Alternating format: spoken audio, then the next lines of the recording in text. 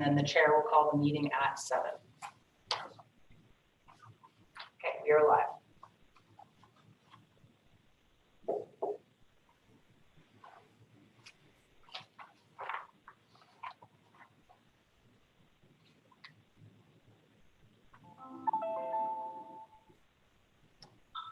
I'll call this hearing to order.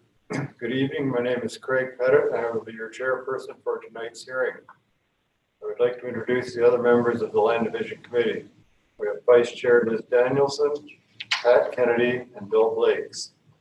This meeting is held through remote electronic participation in accordance with the Municipal Act 2001, as amended by Bill 187.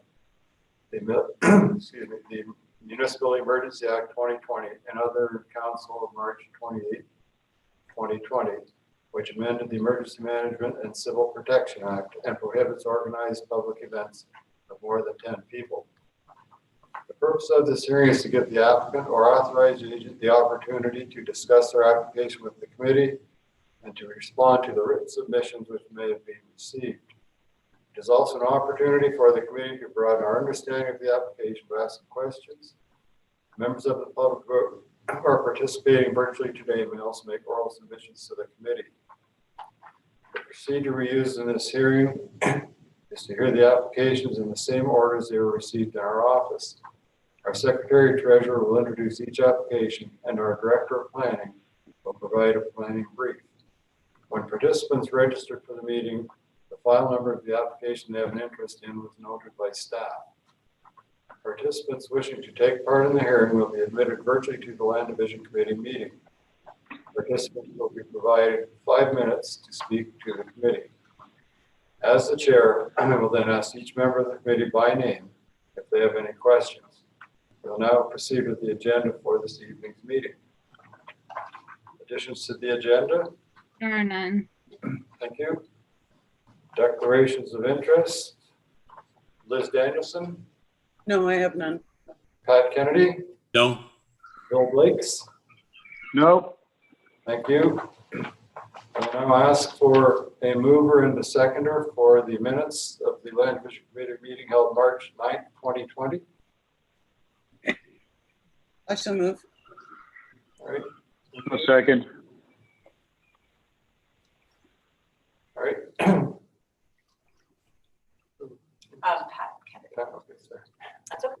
Let's see. All right, moved by Liz Danielson, second by Pat Kennedy. Be it resolved that the minutes of the Land Division Committee meeting held March 9th, 2020 be approved as printed and circulated. I will ask for a yay or a nay from each member now. Liz Danielson, Yay. Pat Kennedy, Yay. Bill Blakes. Yay.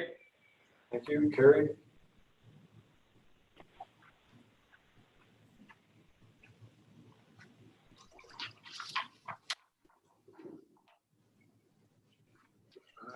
Now ask our Secretary Treasurer Lisa Gillen to introduce the applications for this evening's hearings.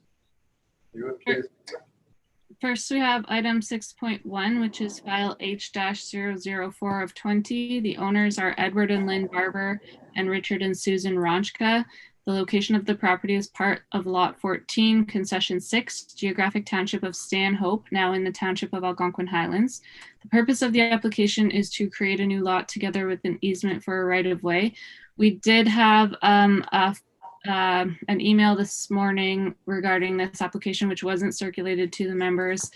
A neighboring property owner inquiring about the shortage in frontage or deficiency in frontage. And she was informed that we received a letter from the Ministry of Environment and there were 2 existing buildings on the property. So it didn't meet the zoning bylaw in terms of building requirements. And that's why we were in support of the application.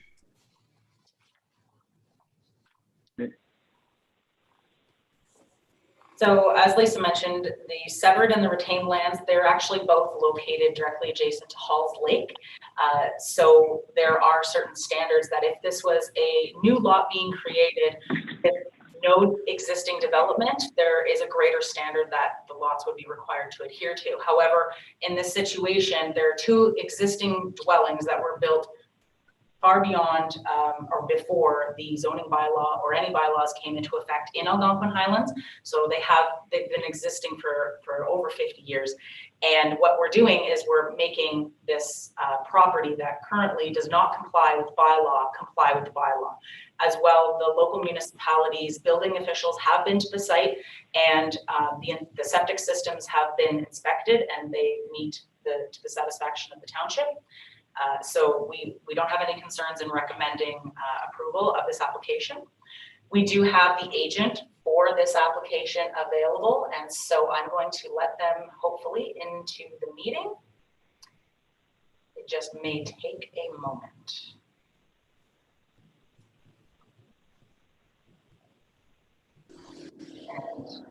And Hello. unmute. Good evening. Hi.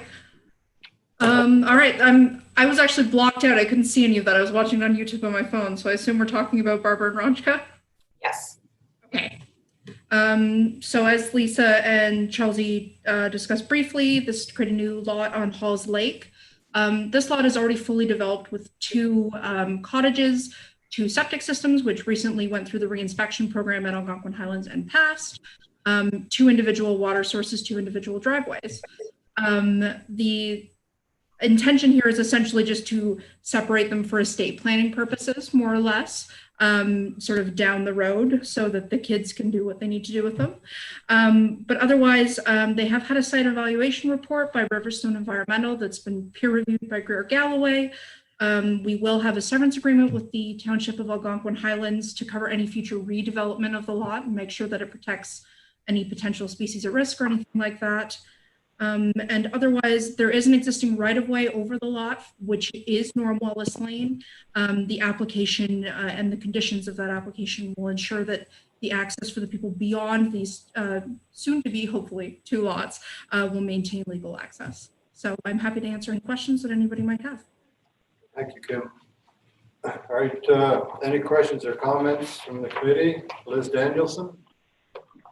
I was just wondering about there was a question by neighbors about whether they would continue to have right of way across the property.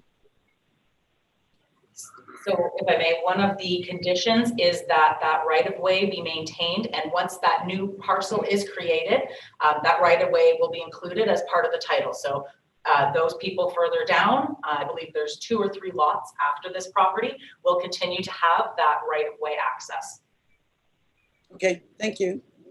Pat Kennedy? No questions. Bill Blakes? No questions. Thank you. All right, application H004 for 20, the decision is that provisional consent be granted. Liz Danielson, yea or nay? Yay. Pat Kennedy, yea or nay? Yay. Bill Blakes, yea or nay? Yay. Motion carried. And for the record, I have asked that the Secretary Treasurer provide a summary for each of the conditions, even though we have provided them to Kim for those who may be watching so that they understand the conditions which are subject to this decision. That's okay. Yep, she has them. Oh, okay. Okay, so condition 1 is that we require a reference plan of the severed and retained, of the severed lands in digital and print format acceptable to our GIS technologist. Condition number 2 is that we receive an undertaking from the applicant's solicitor confirming that the deeds will be registered on title within 2 years from the date of the certificate. Condition number 3, we require that we receive a certification from a solicitor or Ontario land surveyor that the severed parcel has a registered legal right-of-way from a publicly maintained road. And if the access crosses Crown lands, that the access road is not a private forest road. Condition 4, that the existing right-of-way to the benefit of the neighboring properties is maintained over the new lot and the new lot created and the retained lot. Number 5, that the owner enter into a severance agreement, as Kim mentioned, with taking into account the recommendations of the site evaluation report and the peer review. Number 6, the registered owner shall pay the balance of the taxes owed to the municipality. Number 7, the registered owner shall obtain an amendment to the comprehensive zoning bylaw for the severed and retained parcels to the satisfaction of the Township of Algonquin Highlands. Number 8, a copy of the reference plan be provided to the planner for Algonquin Highlands prior to its registration. Condition 9, the registered owner shall pay settlement of 5% parkland dedication or cash in lieu in the amount of $1,000 to the Township of Algonquin Highlands. Number 10, that the Secretary Treasurer receive a letter from Township of Algonquin Highlands confirming its requested conditions have been fulfilled to its satisfaction. Number 11, Bell Canada requires a transfer of easement to protect its existing facilities. The compensation is to be set at a nominal amount of $2 for the acquisition of these easement rights. Number 12, inclusion of the additional comment transfer of easement for a utility line as defined in the Ontario Energy Board Act in Section 4 of the Land Transfer Tax Statement.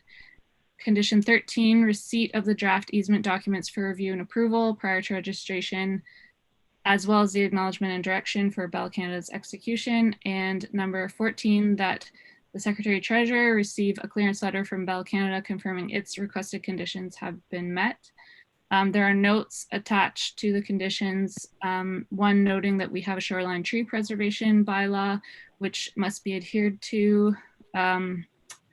One advising that there are endangered and threatened species in the area and they may exist on the site. If they are found, it is the responsibility of the landowner to identify them and prior to undertaking work, ensure that activity will not result in negative impacts. Landowners are encouraged to consult with the Ministry of Natural Resources and Forestry if they have questions about endangered species. Also, the subject property has been determined to be an area of archaeological potential. So if archaeological resources are found, the landowner must identify those. Mitigation to any development by an Ontario licensed archaeologist may include the monitoring of mechanical excavation arising from this project. If archaeological resources are identified, a site-specific assessment may be required as determined by the Ontario Ministry of Tourism, Culture and Sport. If deeply buried archaeological materials are found, the Ontario Ministry of Tourism, Culture and Sport should be contacted immediately. And in the event that human remains are encountered during any site alteration activities, the proponent should immediately contact the Ministry of Tourism, Culture and Sport and the Registrar or Deputy Registrar of the Cemeteries Regulation Unit of the Ministry of Small Business and Consumer Services. Thank you. All right, we'll move on to the next item, 6.2, please. So item 6.2 is application number H-005 of 20. The owner is Marion Mandel. Location of the property is part of Lot 3, Concession 6, Geographic Township of Minden, now in the Township of Minden Hills. The purpose of this application is to permit a lot addition to abutting lands. So no new lot is actually being created here, but it is worth noting that Mountain Lake is a lake trout lake and it is an at capacity lake trout lake. So we just want to be clear, no new lot is being created. This is a small lot addition from one property owner to another property owner to facilitate future development and setbacks. There's been in this area endangered and threatened species, so there's a note. Though not on this site, there could be some in the area, so there's a note added to that decision as well. And the Township of Minden Hills recommends that this be able to move forward, as does the county, subject to the conditions outlined in my planning report. Thank you. Kim? Sure. As Charles and Lisa pointed out, this is an addition only, so we're not creating any new lots. Ms. Mandel is deeding kind of a portion of frontage, more or less, to her neighbors to the north to enlarge their lot. She has a fairly sizable lot that meets the frontage and area requirements of the zoning bylaw. and the lot to the north is in existing non-compliant lot in terms of its area and frontage. It is worth noting on there, you can see it on the sketch, there's kind of an irregular frontage. The benefiting land is in the process of purchasing their shoreline road allowance from the Township of Minden Hills. So hopefully once this is all complete, the frontage along the front of the benefiting land will be kind of contiguous and match up with frontage along the front of Miss Mandel's land. Otherwise, I've read the conditions. They seem satisfactory. We have no concerns. I'm happy to answer questions. Great. Any questions or comments from the committee? Liz Danielson, No questions, thank you. Pat Kennedy, No. Bill Blakes. No, I'm good. Thank you. All right, Lisa, would you take us through the conditions, please? So condition 1 is a hard copy and digital copy of an acceptable reference plan be provided to us to the satisfaction of the Secretary Treasurer and the GIS technologist. Item 2, that the deeds or instruments submitted to the Secretary Treasurer be accompanied by an undertaking from the applicant's solicitor confirming that the deeds will be registered on title within 2 years from the date of the certificate. Item 3 is that the lands are only for the purpose of a lot addition to the adjacent lands which we've discussed, and neither of the lands to be severed nor the adjacent lands are to be reconveyed without the other parcel unless a further consent is obtained.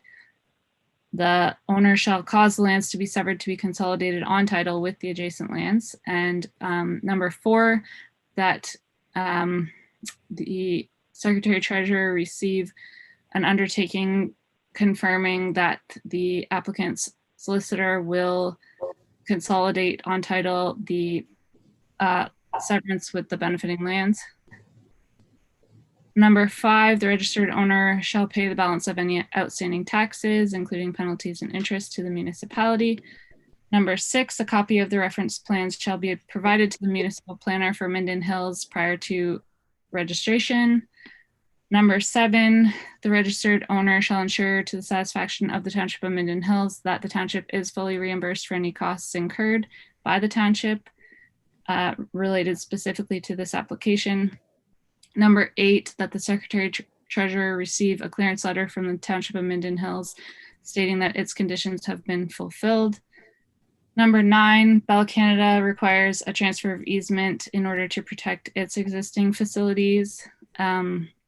Again, since the easement is required in order to provide and sustain service, all costs associated will be the responsibility of the owner, and compensation is set to be a nominal amount of $2. Number 10, inclusion of the additional comment transfer of easement for a utility line as defined in the Ontario Energy Board Act 1998 in Section 4 of the Land Transfer Tax Statement. Number 11, receipt of the draft easement documents for review and approval by Bell Canada prior to registration. And number 12, that the Secretary Treasurer receive a letter from Bell Canada confirming that its requested conditions have been fulfilled.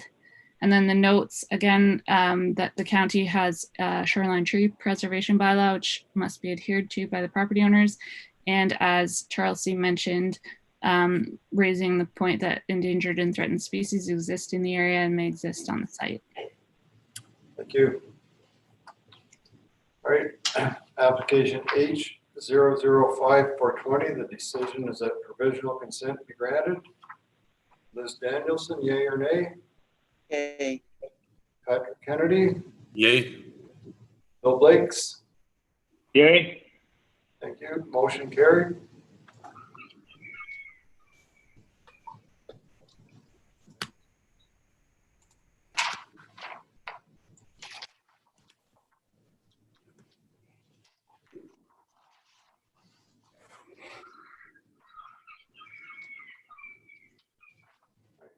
Item 7 is correspondence and information. Do I have a mover and a seconder, please? I'll move. Thank you. I'll second. Bill will second. Thank you. Be it resolved, moved by Pat Kennedy, second by Bill Blakes. Be it resolved that the Land Division Committee receive the following correspondence and information for information purposes.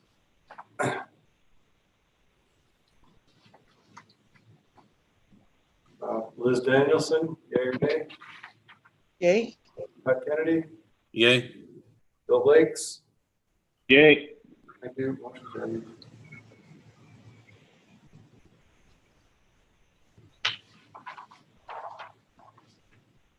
All right, item 8.1,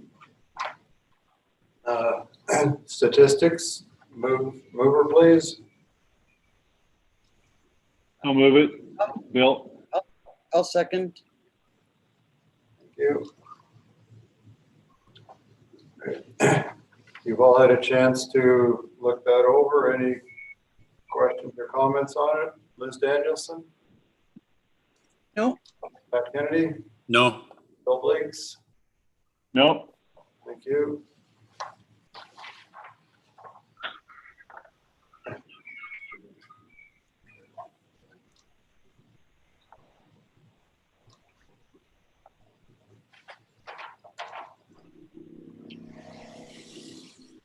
All right, we need a mover and a seconder for 9.1 other business. Provincial Pat policy. Kennedy. Pat? I'll move. Thank you. Mover Pat Kennedy, second by Liz Danielson. Be it resolved that the Land Division Committee received for information the staff report on the 2020 provincial policy statement. Carrie, would you like to Well, if they have any questions, I'm happy to speak to it as well. perhaps you could just give us a quick Sure. So as we know, planning continues to evolve through 2020, and one new item that we have from the province is Provincial Policy Statement 2020. This came into effect on May 1st, and I just highlighted through this report, while it's an entirely updated document, I wouldn't say it's a new document. Many of the previous provincial considerations remain that we found in the 2014 PPS. Some highlights include the increased housing supply and mix. So you'll see there's additional policies in there for promotion of diversification in housing, housing supply, housing location, housing market, and different ways in which housing can be brought forward, either through private or municipal or the PPP private-public partnerships. So there's a number of policies there that I wanted to highlight under number 1. Under number 2, you'll note that protecting the environment and public safety, there have been a number of updates there, including new policies or strengthened policies with regards to stormwater management and climate change. Under number 3, reducing barriers and cost. So this is policy directed at both economic development as well as municipal development and even individual and private development, looking to cut red tape, making processes smoother, having less stops along the way, and policies in place to support municipalities looking to do that, whether that's through their official plan policies, zoning, or even community improvement to help support development in their municipalities. Number 4, supporting rural, northern, and Indigenous communities. More strengthening policies here as well. The recognition, I believe, is that rural and northern municipalities require flexibility in the way in which they apply policies to make them more, so in our case, more appropriate for Haliburton, which may not be the same as, say, a Muskoka or a Peterborough. So being able to tailor policies to meet the needs of our communities. And number 5, I highlighted supporting certainty and economic growth. So this ties into the previous policies, but puts in place policy protection for areas that are currently employment lands designated. We have some of those in our municipalities, both in Algonquin Highlands and in Minden. There's specific areas, as well as protecting or encouraging local planning authorities to identify strategic sites for future areas of development. And I know both Highlands East and Dysart are looking at that as they move forward. So this really does touch home in a number of ways. And when we're looking at applications in land division, I just wanted to bring some of these changes to your attention as my reports will start to reflect the new policies that we see in the 2020 PPS. Thank you. Any questions or comments from the committee? Liz Danielson? I think I know the answer to this question, but is it possible for all four of each of the individual municipalities to adopt different incentives and application specific incentives? So the answer is yes. Each local municipality can put in place their own community improvement plan, or it could be done at the county. If it's done at the local municipality, it would be funded by that local municipality. So the council would have to put aside either money to fund the projects, or there's a tax offset way to do that as well, to provide incentive for development. But the answer is yes. You mentioned tax incentives. It was my understanding that up until recently that you haven't been able to allow tax incentives to, say, a residential development, but we now have the ability to do that? So there's a couple of different ways that you can do it. And yes, there are municipalities who are using, so I'm using the term tax incentive, and what it is, and I can explain it further or in more detail if you'd like after the meeting. It's not the total amount of taxes. What it is if the property value prior to the community improvement, so prior to the incentive, was say $100,000, and after the community improvement plan takes place and there's incentives provided by the municipality, that property is now assessed at say $150,000. The difference in taxes between the 100 to the 150, if the municipality so desired and at the direction of their council, that amount of taxes could be phased in through time, so that that property owner, instead of paying the total new amount, it could be phased in over 5 or 10 years. Does that make sense? Okay, thanks. Kennedy? No, I'll seek clarification, Charlie, on a little matter that actually what the warden just touched on, but I'll get clarification off record. Thanks. Okay, no problem. Bill Blakes? I'm good, thanks. I see this as a positive move, giving more decision-making to the local, be it county council or municipality, that we don't necessarily need to be grouped in with people in larger metropolitan areas as far as policies and ways we do business. And what we're going to be proposing from the planning department is bringing forward an official plan amendment to the current county official plan to update some of our policies in keeping with the changes that are in the new PBS. So that'll be forthcoming, and I will keep the Land Division Committee up to date on that as well. Thank you. All right. No need for a closed session. So next meeting, I'm happy to speak to as well. Yeah, no, I'm just going to go down. There's no need for a closed session. Okay, next committee meeting. So, excuse me, with running our first meeting tonight, we're able to get everything to work. So I would recommend to the Land Division Committee that we look at the same date we had originally set, which was July 20th for the next meeting. It would still be held virtually. And so I put that to you to recommend if we can move forward with that. All right, committee members, what are your feelings on that proposal? Liz Danielson? I'm fine with that. We're starting to catch stride with our Zoom meetings, and to be perfectly honest, I don't mind sitting at home having a meeting instead of having to drive out in the evening. All right, Pat Kennedy? Yeah, no real preference other than I think that it should be soon time for us to get back in the same room. They're allowing groups of 10 now to accumulate, so I think consideration should be given to maybe that option. Doing either should be offered. Thanks. Yeah. That would be a decision of county council. So it's actually a decision of the provincial government. So as Member Kennedy is mentioning, there's up to 10 people. I want to make everyone aware our next meeting will have a minimum of 6 files. So that's the potential for all the members of the committee, plus myself, plus Lisa, plus at least one person per file that exceeds the provincial allowable number of people in a public area. So we would not be able to hold it in person. All right, Bill Blakes, any comments? Yeah, I'm fine with the meeting, virtual, if I can get this Zoom thing sorted out. I suppose one possibility is to contact the application or the applicants, and many of them are represented by an agent and would not attend anyway.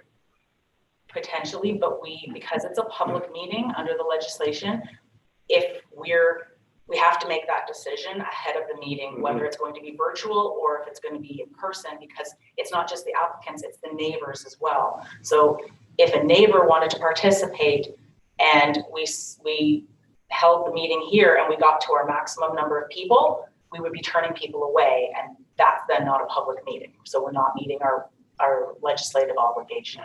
And can I also mention, we have had neighbors contact from different countries and out of the area who've raised concerns about if we were holding a meeting in person, how they would have to travel, and there may be restrictions or difficulties in place for that. That's correct. We have two, you're right, Lisa, from out of country. So they would have to be quarantined if they were even able to come to here. So just a consideration. And we can always reevaluate the situation at the July 20th meeting as well, because maybe the restrictions will be uplifted or. Well, things are changing as Yeah. time goes on. So. All right, thank you. And just so you know, no resolutions required because the resolution was passed back in February. We're keeping with For that the schedule. dates of the meeting. Correct. All right, we need a mover and a seconder for the adjournment. Move it. Go ahead, Pat. I'll second it.